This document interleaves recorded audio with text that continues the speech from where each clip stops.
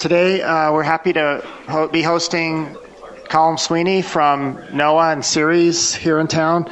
Colm is a senior scientist at the University of Colorado, Cooperative Institute for Research in Environmental Sciences, as we all know as CIRES, who has published over 140 papers focused on understanding greenhouse gas emissions from ocean, land, and atmosphere.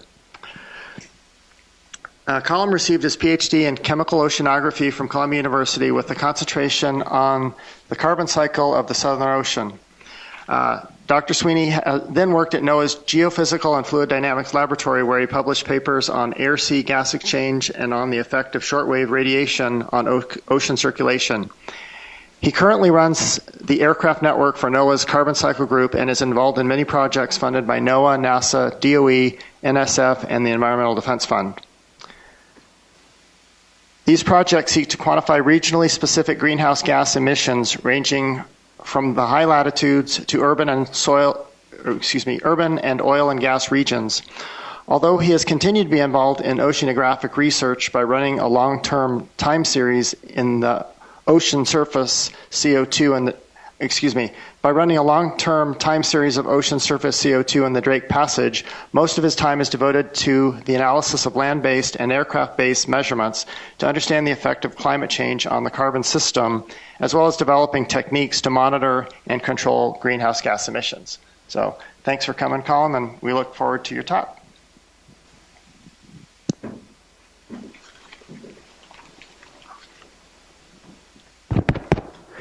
Thank you for that introduction. I think you used up all the time that I have to talk. I want to thank everybody for taking time out of their Monday to come and see me. I always find Mondays hard because you always have so many things you realize you need to do that you didn't get done last week, and Monday is the last day that you want to. This is the not the time to be going to talk. So thank you very much for having me come over. It's not so far away, and there's a lot of familiar faces. But I actually thought I would briefly sort of give you guys an idea of where I'm coming from, and because I think often I know that NOAA is very confusing about how it breaks down what it does and justifies what it does, but I think it's useful in the sense of getting collaborations going, understanding who's doing what and what their objectives are. So very specifically, I come from NOAA's Carbon Monitoring Division, which is different than the Chemical Sciences Division. It's also different than the Physical Sciences Division, and so on and so forth. So there's a lot of different divisions at NOAA. We're focused on long-term monitoring of things like halocarbons, hydrocarbons, ozone, water vapor, and aerosols and surface radiation. So the basis of that is our, especially in the carbon cycle group, but all the groups are focused on this global network of sites that we have. So the red dots are where we take flash measurements. The magenta here, these little squares here are where we make all of those measurements, the aerosols, the radiation measurements, the in situ measurements, all those get measured at those 4 different sites. There's actually a site that we just took down, unfortunately, here, and then we also have a site that is sort of gone away in Summit. But we remain, these sort of global monitoring sites are really important, and the Mauna Loa record for CO2 is one of the centerpieces of our lab. Just to give you an idea, we also, in the intercontinent, we have a tall tower network, which is the green triangles, and then I run this aircraft network, which is a whole bunch of sites throughout North America. There's about 14 sites, and we have small planes that are taking flash measurements of about 55 different gases that include halocarbons and hydrocarbons, as well as CO2, methane, CO, and we do some water vapor measurements as well. So those form the basis of sort of the network for the carbon cycle, and then out of that we have lots of products that we develop. This is an example of what I call the flying carpet.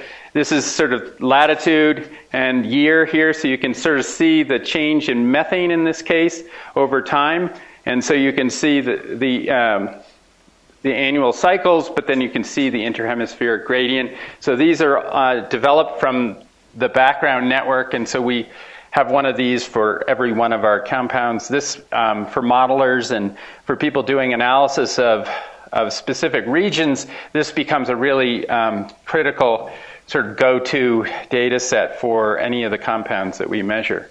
We're also doing things like putting together the AGGI, as it's called, which is the Annual Greenhouse Gas Index, which just basically says what's the greenhouse gas warming potential, and what gases have changed in the atmosphere to change that.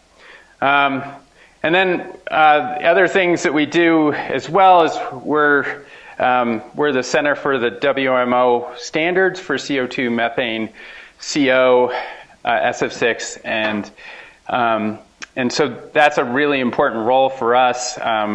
NIST and other places would like to take that over from us, but so far they sort of let us do it. One of the main reasons is because we make extra effort. We take all of our gases come from Niawat Ridge, where it's clean air, and we can actually really keep track of the isotopic and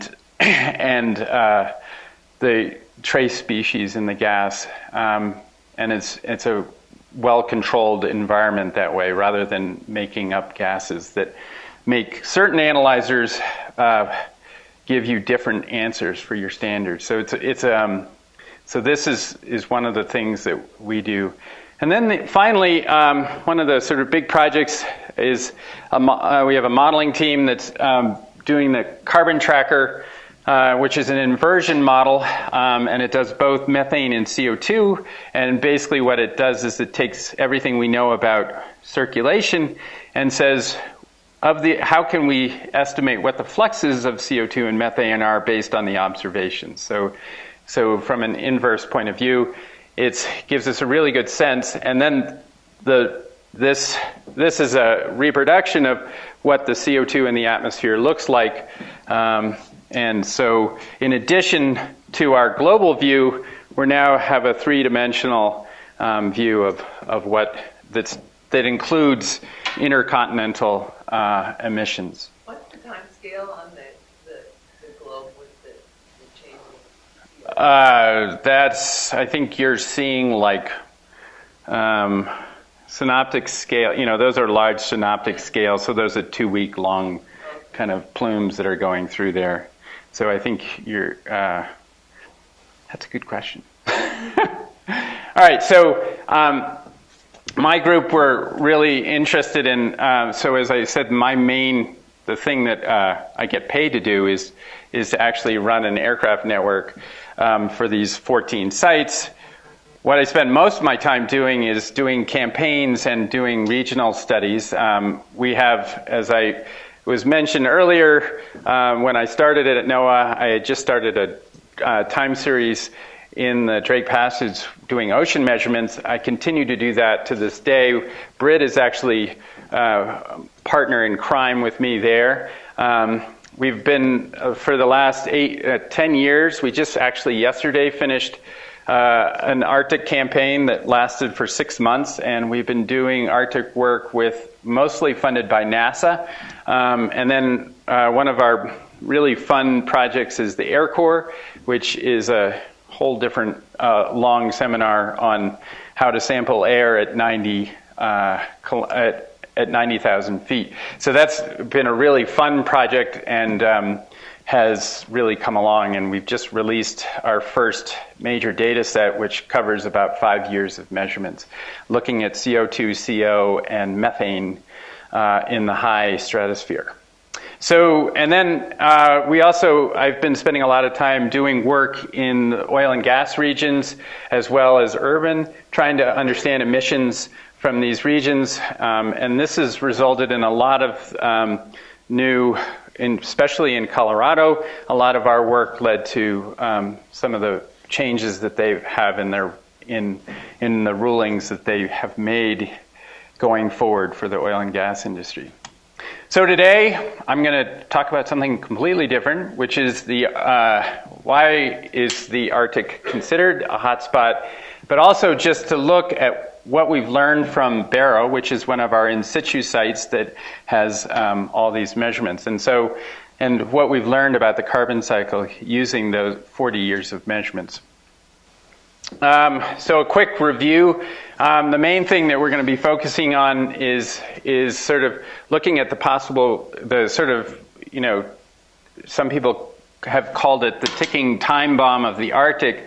We have these massive amounts of permafrost in the Arctic that amount to much larger than 1,000 petagrams of carbon, which could be released as methane or CO2 if it were to be oxidized or in an anaerobic situation would become methane. And for reference, we've released about 350 petagrams of carbon into the atmosphere since the Industrial Revolution. So this would be a very significant amount of carbon, and this is just the carbon in the permafrost in the first 3 meters of the ice, or in the permafrost. I shouldn't say ice because it's not, it's frozen soils. And there are a lot of other reservoirs, but this is sort of the biggest part of it is the frozen soils. And I sort of think about, the release of this organic carbon in sort of 4 different pathways. One is sort of the below ground. You have water that takes it as DOC and puts it into the rivers, and away it goes into the Arctic Ocean. A second option is above ground plant growth. So instead of releasing it as a gas, you could also start growing trees on the tundra, which is mostly a grassland. And so if you started growing shrubs and trees or just plants, that would displace the carbon. Another thing is the outgassing of CO2. That's obviously just comes from remineralizing of that organic carbon and outgassing it as CO2. And the final thing would be, and the thing that everybody worries about, is releasing that as methane. So not only, if you took that 3 meters of permafrost and you released it as methane, which has on a 100-year time scale 24 times more of a greater global warming potential, we would all be in deep trouble. But what I'm going to tell you about, at least so far, we haven't seen any indications of methane being an issue, and I'll sort of walk you through why that is. But we do see that CO2 has increased. So what's special about the Arctic? I don't need to tell you guys, but one of the things, you can't really see this, unfortunately, but this is this top line represents the maximum sea ice concentration in the Arctic, and this is the minimum each year. And so we can see that over the last, I'm going to talk briefly in this first part just about the last 30 years. And so the last 30 years has seen a 30% decrease. I also don't have to remind you that this is way larger than any of our models would have predicted. And when we look at the land temperatures in the Arctic over that same time period, we're seeing 0.5, half a degree per decade. So these are really large forcing functions. The other thing from the carbon cycle perspective is the seasonal cycle of CO2 is increased by almost 80% in the last, since the early 60s. So this is, and this is based on work that's a whole bunch of work that Keeling showed first in 1996, but has been shown again by others. And I'll show you some of that work, which is that if you carefully looked at the amplitude of this seasonal cycle that we see at Mauna Loa, and you looked at it, you would get a slight increase on this trajectory. But if you looked, but this would be sort of this is the increase here, but you can see this is back in the 60s, and now this is the increase with latitude since in 2010, roughly. So you see a massive increase in the latitudinal gradient of the amplitude in CO2. So what does the amplitude in CO2 mean? CO2 is a measure of what we see it's the product of the gross primary productivity and the respiration. Those are the two things that are going to change the CO2 concentration the most, and that's really what contributes to the seasonal cycle. There is some variability in the fossil fuel emissions, but not enough to make any difference here. So the question is, what's driving that, and what processes in the Arctic are we looking at? So what I've outlined for you here is methane as there's this potential for methane to come out, but there's also the potential. We also see CO2, the amplitude in CO2 increasing by enormous amounts, and we don't really have any good explanation for why that is. So on one of the many projects where we've been flying up in the Arctic, we have been measuring methane, and this is just an example of some work that we were doing last summer up in the North Slope. So here's Barrow, and here is this is Prudhoe Bay. This is methane. So this is the change in methane. Sorry, that didn't come out, but this is the change in the boundary layer methane. So this is just the tracks in the boundary layer. And what you can see is here's ethane. And so what that indicates to you is that there's a lot of ethane in gas that comes from oil and gas, but there's not much ethane from natural emissions of methane. And so what we see here in all throughout this region, and we've seen this for years, is with these huge, immense amounts of methane. And what's interesting to me is you expect methane over here, but what you don't expect is the same equivalent amount of concentrations of methane that are naturally produced in the same region. And totally equal, this is, even here in the Denver area when we're flying around, we never see methane enhancements as large as this. So this got us thinking, well, what's going on? We have this site at Barrow. How has that changed over time? Can we use that? Can we use basically the idea that, when winds are coming from this direction, maybe we can see these enhancements? And we had actually, just about that time, had some serious budget cuts, and we had actually decided to take Barrow, to stop measuring methane at Barrow when we first started a campaign up there 5 years ago.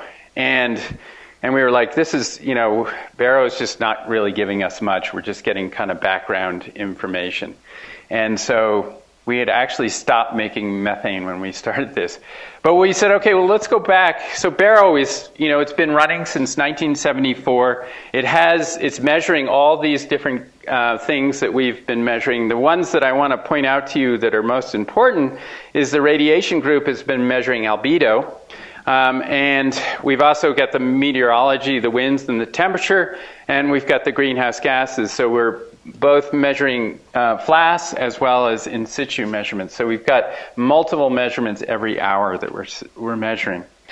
So let's look some more at what Barrow offers us relative to the Arctic. So I described to you the decrease in sea ice.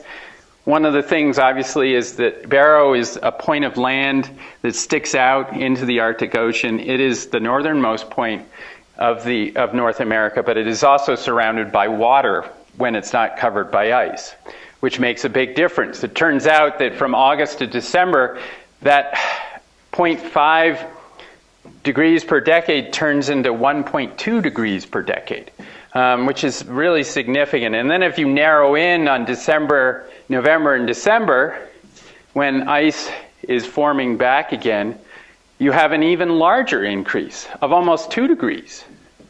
So these are really significant numbers. And one of the things that has resulted is when we look at that albedo data, and we can tell what albedo shows us is whether there's snow on the ground. And what we see is this blue line so this is days of year, so this is roughly just about the end of June. And we can see this slow decrease in when the snow melts. So that date when we first see this, that the albedo goes to almost 0. And this is when the albedo comes back again almost 100 days later. So in 1985, this was 100 days. In 2015, this was 120 days. So it's really a significant change in snowmelt. And you can see on both sides that both the snow in and the snow out days are consistently changing. So how do we do this analysis? So it turns out these little wind barbs here are showing us where the prevailing winds are coming from. They're coming from the east here.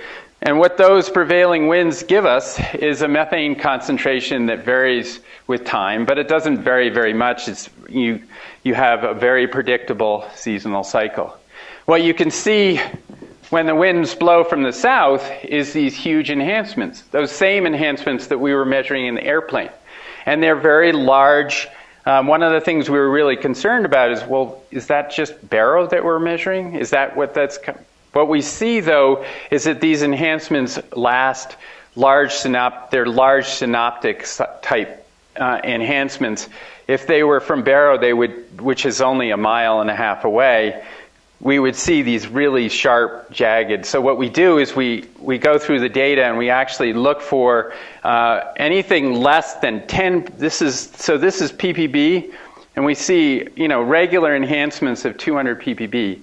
If in an hour there's more variability than 10 ppb, we don't use that data when we're looking at this. We're looking for very large scale patterns. And so what we can also do is look and see, so this what I've plotted here this is month of the year, and this is the enhancements from the background. So subtracting that green line from the blue line, what we get is so through the year you can see this is summertime right here, and this is wind direction. So when the winds are blowing from this direction, the south, right here, we get these large enhancements that are, 80 ppb. And when I measure enhancements due to oil and gas here in the Denver-Julian Basin, I get about 40 ppb. So this is not small, but these are significant enhancements over the background. And you can see the consistency of how it really is coming from the south and nowhere else. So we also have flex towers around there that measure direct emissions from the land, and we can see same thing. This is July, this is January. So you can see one of the things that's really interesting is how long these emissions last. They last way out. So this is where the snow melts, where the snow comes back in, and there's emissions that continue beyond that point. So we can look at these in multiple different ways. We can look at, this is again the background seasonal cycle, and this is the seasonal cycle of those enhancements every summer coming from the southern sector. We can also look at it just from a kind of process point of view. Again, we can see this albedo measurement that I talked about earlier. So this is where the albedo, just before the beginning of July, the albedo falls off, indicating the snow melt. We can see the soil temperature coming up. This is 0 right here for the soil temperature. And you'll notice that right after it snows, it takes quite some time before the temperature in the ground actually goes beyond freezing. Freezing from the point of view of, water that has a lot of salts from the soil is not likely to to freeze until it gets below 1.5 degrees, minus 1.5 degrees Celsius. So what you see here is this nice little illustration. These are the enhancements that we have. And what you can see is that the fluxes, the emissions that we see from the North Slope are continuing well after we have the snow on the ground. And it's mainly driven by whether the actual soils are frozen or not. So back to temperature. Is temperature changing? Is temperature variability causing any of this? So on a short term, we do see a very predictable relationship that if I take deviations in temperature for any given month against the deviations in the enhancements from that southern sector, I do get a relationship. There's a lot of scatter around this, but basically we do get a small relationship that is equivalent to a Q10, which is a exponential relationship that microbial biologists tend to use to describe every 10 degrees temperature, how much in this case, for a 10 degree temperature, there would be a doubling of activity for a producer of methane.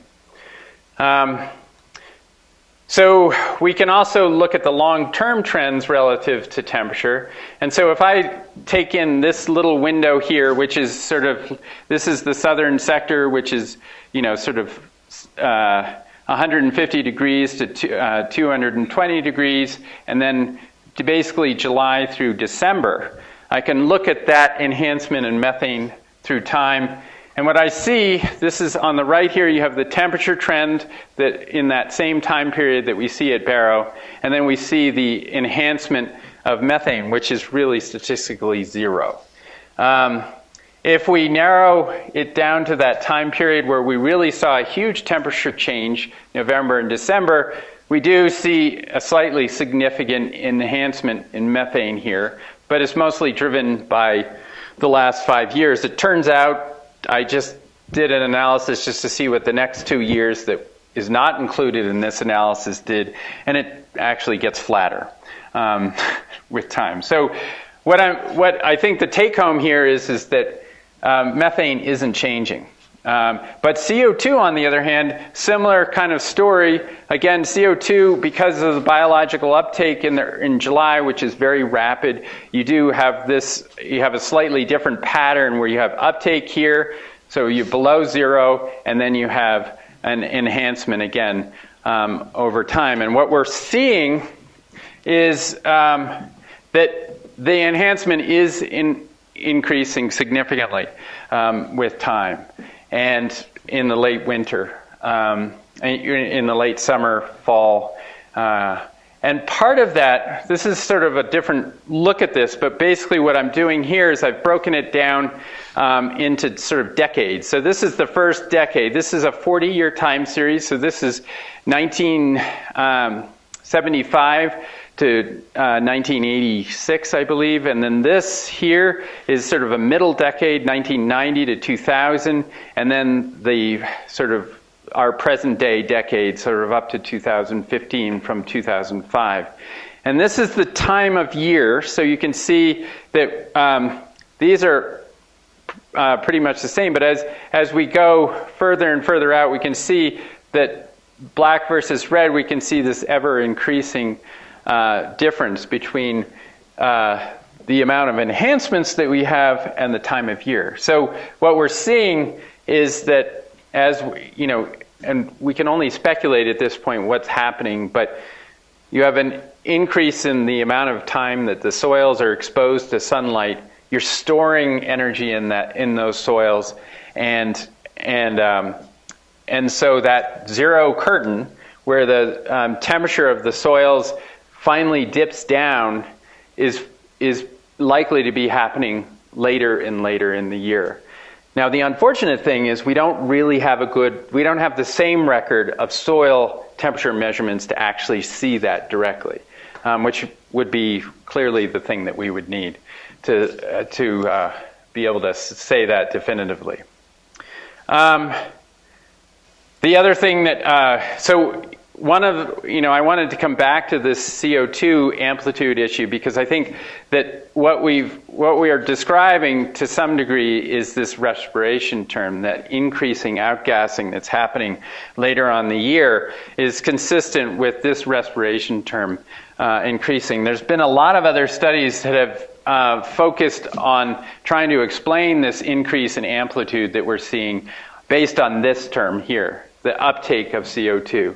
And that's been one of the sort of, but most of these studies are models, and they are just, basically, tweaking things until they can get the right numbers. None of the models have actually been able to reproduce the trends really well. They can reproduce half of them, or they can reproduce, but there's a lot of other factors. Some people have explained this by just an increase in agriculture in the lower latitudes, but the thing is that latitudinal gradient wouldn't be explained as well. So we don't have the full answer at this point, but this sort of gives us a read on what's happening driving that amplitude change. So I've sort of gone through the likely scenarios. I think I've ruled this out as something that's a huge. It isn't something we've observed yet. The outgassing of CO2 is a main factor, and then the other thing is the above ground plant growth, which other studies have suggested is really what's that GBP is really that above ground plant growth. So this I included this picture because there has been a recent study that has said that as we have melting, that what the landscape that they're looking at, and the landscape, the modeling and observational studies have indicated that what happens when you have, thermokarsting is that you actually, instead of retaining water, you are actually draining the water from the tundra, which is what gives you this sort of aerobic rather than anaerobic environment. So that's where you get sort of the where we're favoring CO2 outgassing versus methane. So that's pretty much it. What we've shown here is that these early wintertime fluxes, one of the things that's sort of new that we didn't really realize, mainly because we just don't like doing research in the Arctic in the middle of December, is that there's massive amounts of emissions in the later part of the season that we really didn't realize was there until we started looking carefully at that Barrow data. And precisely at the stuff that we had been tossing that data out because we thought that was all coming from Barrow. And it wasn't until we actually did aircraft flights and realized that these enhancements we were seeing in CO2 and methane were pervasive throughout the North Slope. So that was a really interesting bit of information. But then to see that, despite these large enhancements, they really haven't increased over time, over that 30-year period in this case. And then CO2 over the 40-year period, though, is increasing, and there is significant enhancements that seem to be persisting later and later in the year. So that's pretty much it. I guess the last slide was just to say that I wrote that, we did these analyses a couple of years ago, and before this talk, I just added the extra data in, and it seems like, if anything, this is starting to tend down. We also have lots of other evidence to suggest that the Arctic, when we look at interpolar differences with our network, we also see almost a downward trend. So that's it.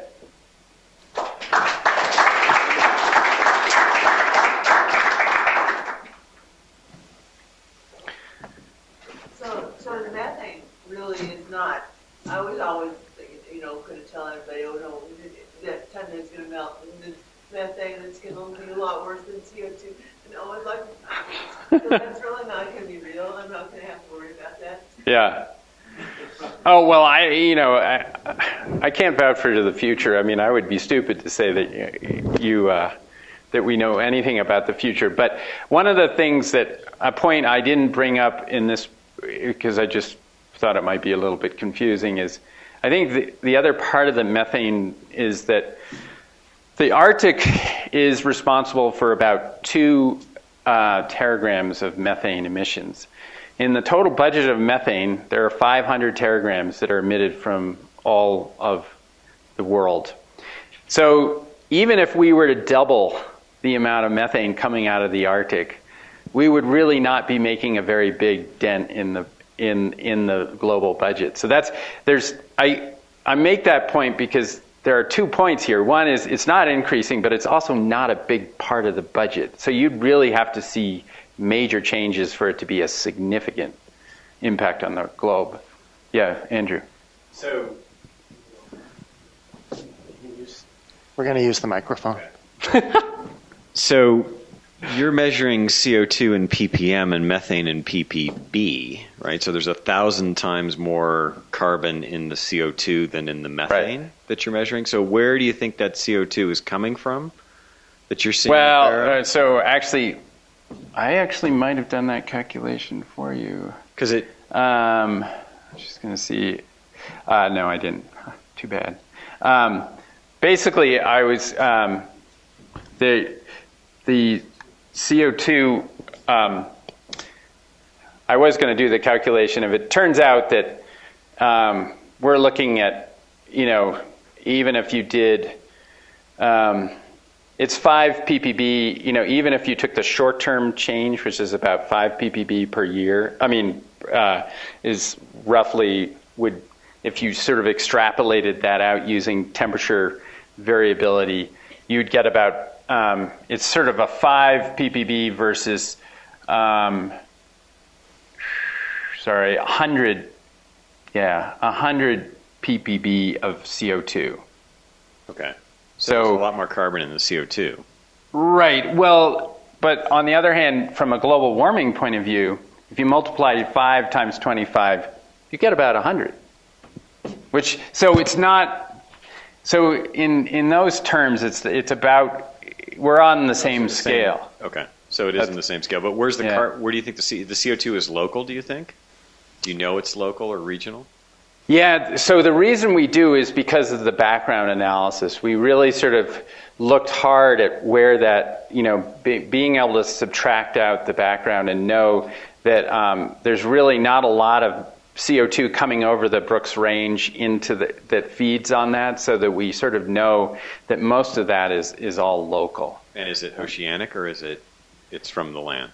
It's all from the land, based on wind direction mostly. But we could do, we've done various back trajectory work to see that that's where it's mostly originating from.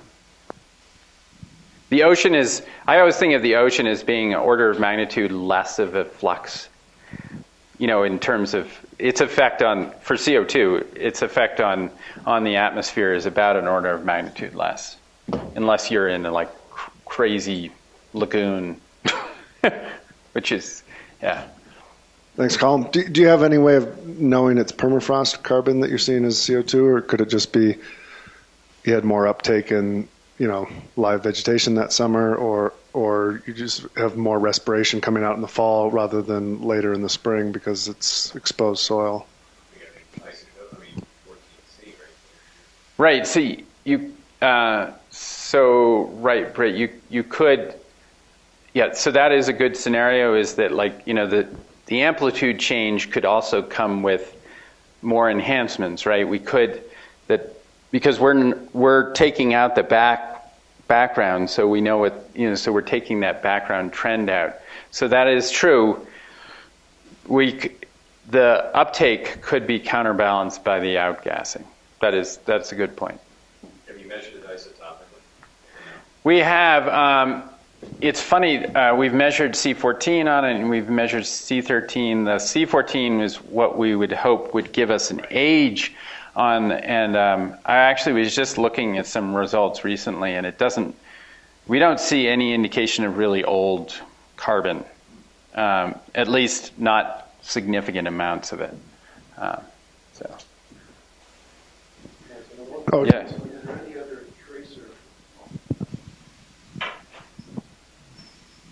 Is there any other trace chemical from the biological or the permafrost outgassing that you could measure that would nail down the fact that indeed it is the CO2 produced by the permafrost? That is coming from the permafrost? Yeah.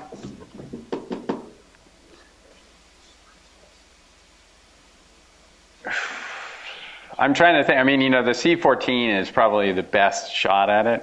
And the error bars are a little bit brutal on this.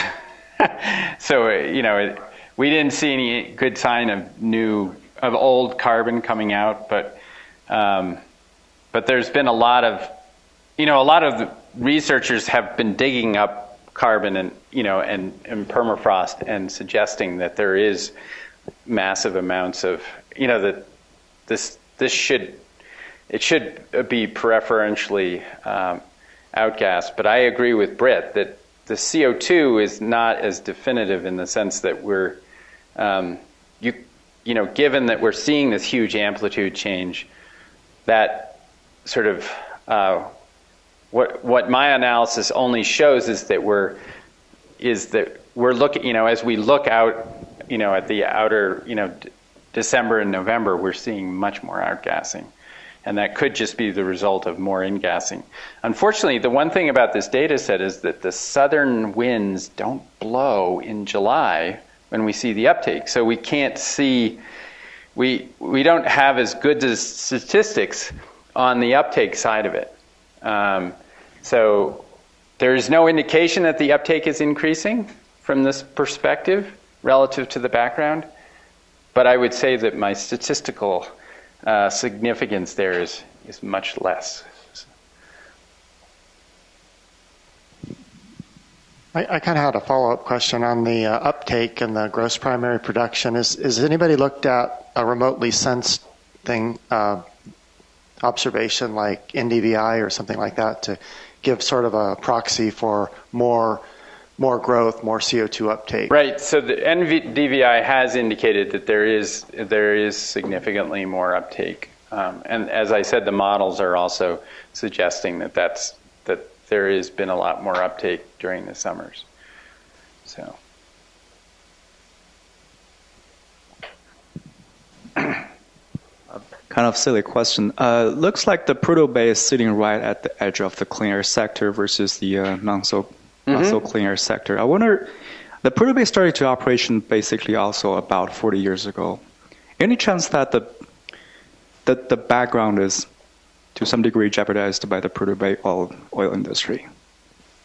Yeah, so I spent a lot of time worrying about that. And I looked at different sectors to see if they would make any, if there was any, if I included different sectors, or just using outside data sets for the background, like those other data sets. So we have ALERT and that has been measuring almost that long. So that gives us that, and then we also have a site at Cold Bay, Alaska. So they sort of cover the latitudinal. And those show very similar trends that wouldn't be explained by that. So, but it's a good question.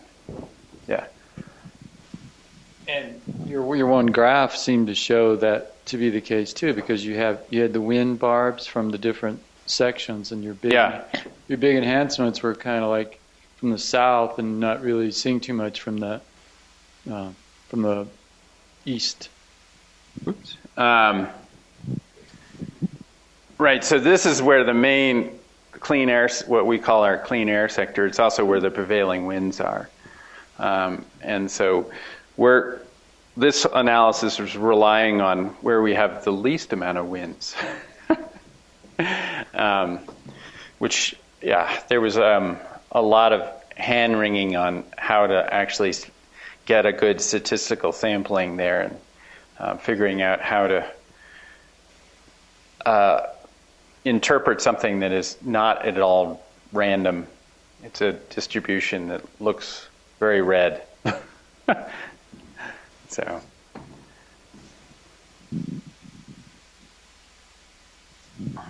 So the amplitude, I would think, would also depend on the boundary layer depth, because you're measuring at the surface, and a deeper boundary layer will give you more dilution.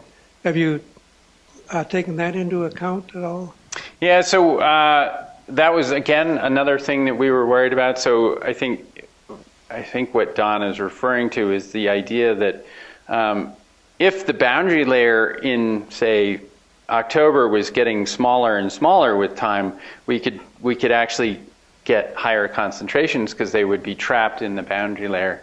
And we had, so one of the things I looked at, we don't have the greatest meteorological data. So we have a temperature measurement at 10 meters and one at 16 meters or something like that. So I was looking for any kind of differences, mean differences that I could see between those. And also just looking at, another thing would be just the wind speeds to see if there's any trend in wind speeds, because that too would basically have a diluting effect. And so I looked at that and couldn't find any sort of obvious smoking guns there. But, the obvious thing would be that if you change the snow, you're going to change the boundary layer. So I can't deny that has to be a factor. And it would change it, I believe, the other way, right? You'd have more absorbing and more heat generation from the ground up. So does that mean a methane tank that looks like theater could actually be positive?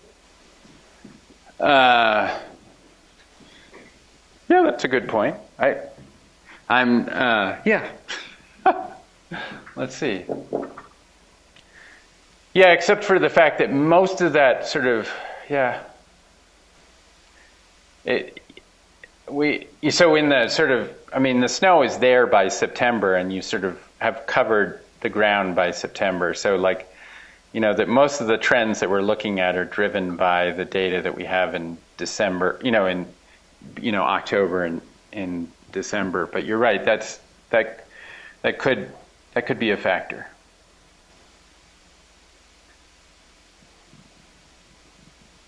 Okay, any more questions?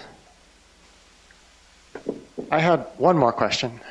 It's on the flying carpet graph.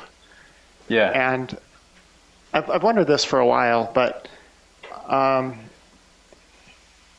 the interhemispheric transport time for a greenhouse gas is on the order of 2 years, roughly? No, we think about it as, 1 year. Okay. Yeah. And so what I wondered about when I look at this is, if you look at the southern hemisphere, it almost looks like a methane sink, like it's not increasing as much as I would have expected. And so anyway, I just wondered if you might, if I'm crazy, or if you could maybe talk about that. No, you're not crazy. So there's this guy that I was at a meeting a couple of months ago, and there's this guy who was telling me somebody had done a model run and said, there's 100. He said he does all this work up in the Laptev Sea, and they wrote a paper for Science saying they were seeing 17 teragrams of methane coming out of the Laptev Sea. And I just told you that I think the budget for all of the Arctic is 20 teragrams. And so somebody did a model run for him to say, well, how much, so he's estimating like 100 teragrams of methane coming out of the Arctic. And I said, well, and the interhemispheric gradient that he was going to get from that, if you just put it into a very simple model, is about, so this is about 100 ppb, and if you add another 100 teragrams, you would actually get 150 ppb from that. And basically what you're looking at is, all the chemistry, and I'm in the wrong place to be talking about the chemistry of methane, but all the chemistry is happening in the tropics, right? So everything, there's not a lot of chemistry that happens here, which is part of what's going on. Is you're transporting a lot of the methane across the border, but there's a lot of stuff that gets trapped up in the Arctic, and there's lots of mechanisms for trapping air in the Arctic. We can see it in all these tracers, pollution tracers. All this air that comes from the mid-latitudes gets trapped in the Arctic, and because it's so cold there's very little OH chemistry, so there's very little sink.